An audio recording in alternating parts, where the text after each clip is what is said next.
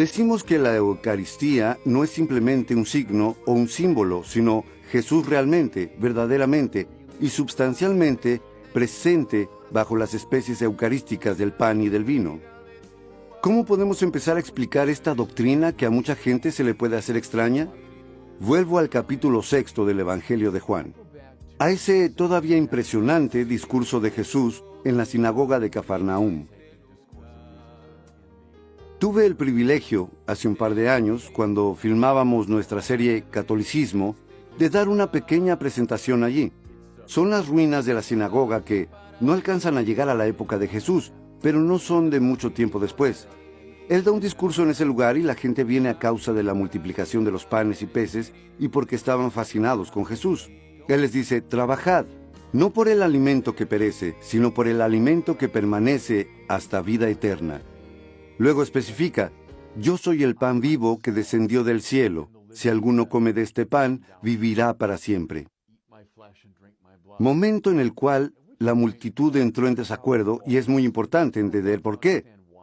Para un judío del primer siglo es difícil imaginar algo más teológicamente problemático y francamente más desagradable que lo que acaba de decir Jesús.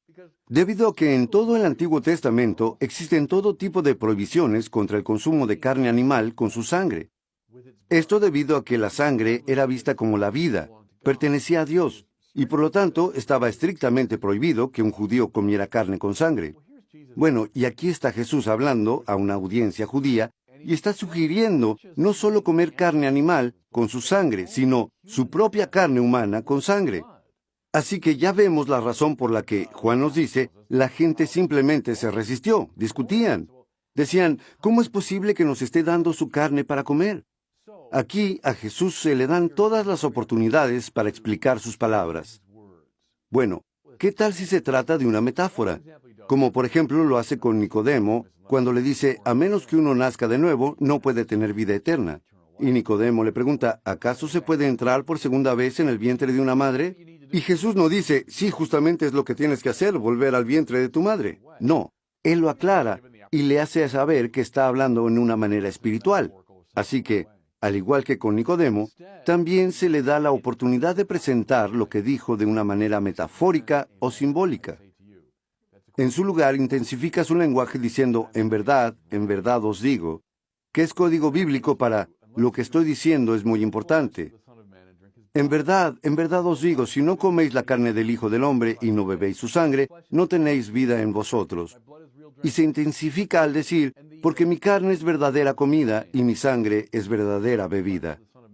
El verbo griego detrás de, si no coméis la carne del Hijo del Hombre, no es, como uno espera, el verbo que significa comer, en el sentido normal, o sea, en la forma en la que los humanos comen.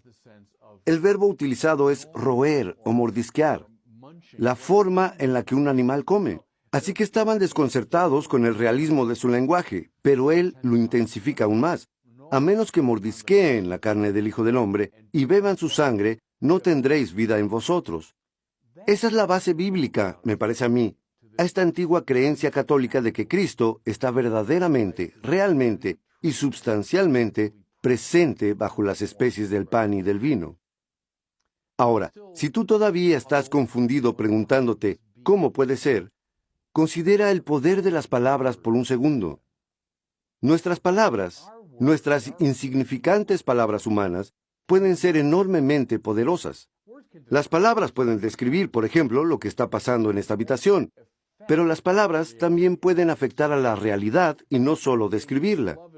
Si una figura querida, entrenador, maestro o padre te dice algo que te alabe o te anime, eso podría cambiar tu vida entera. Todos podemos volver al poder de las palabras pronunciadas por alguien que tiene una enorme autoridad sobre nosotros. O démosle la vuelta. Alguien te critica, alguien te ataca o alguien debilita tu confianza.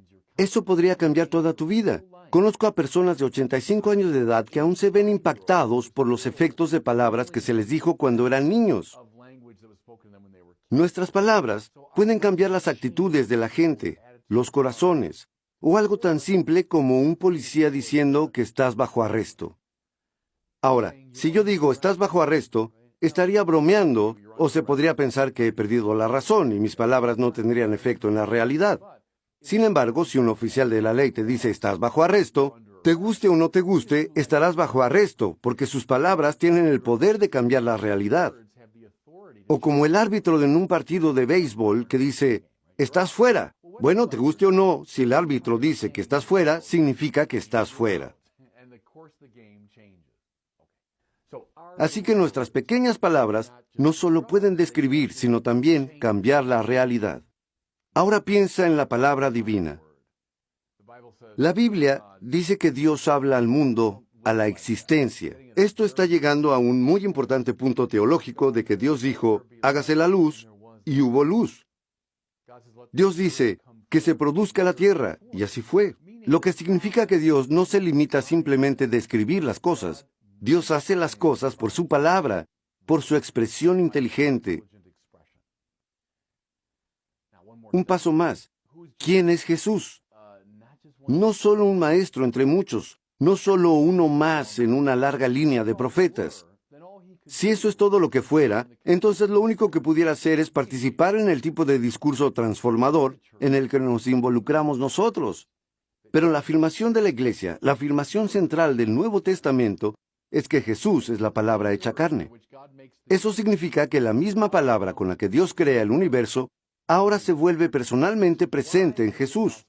Por eso en los Evangelios, lo que Jesús dice, acontece. Niña, levántate, le dice a la hija de Jairo, que había muerto. Los Evangelios recuerdan el arameo. Talitha cum, le dice a ella.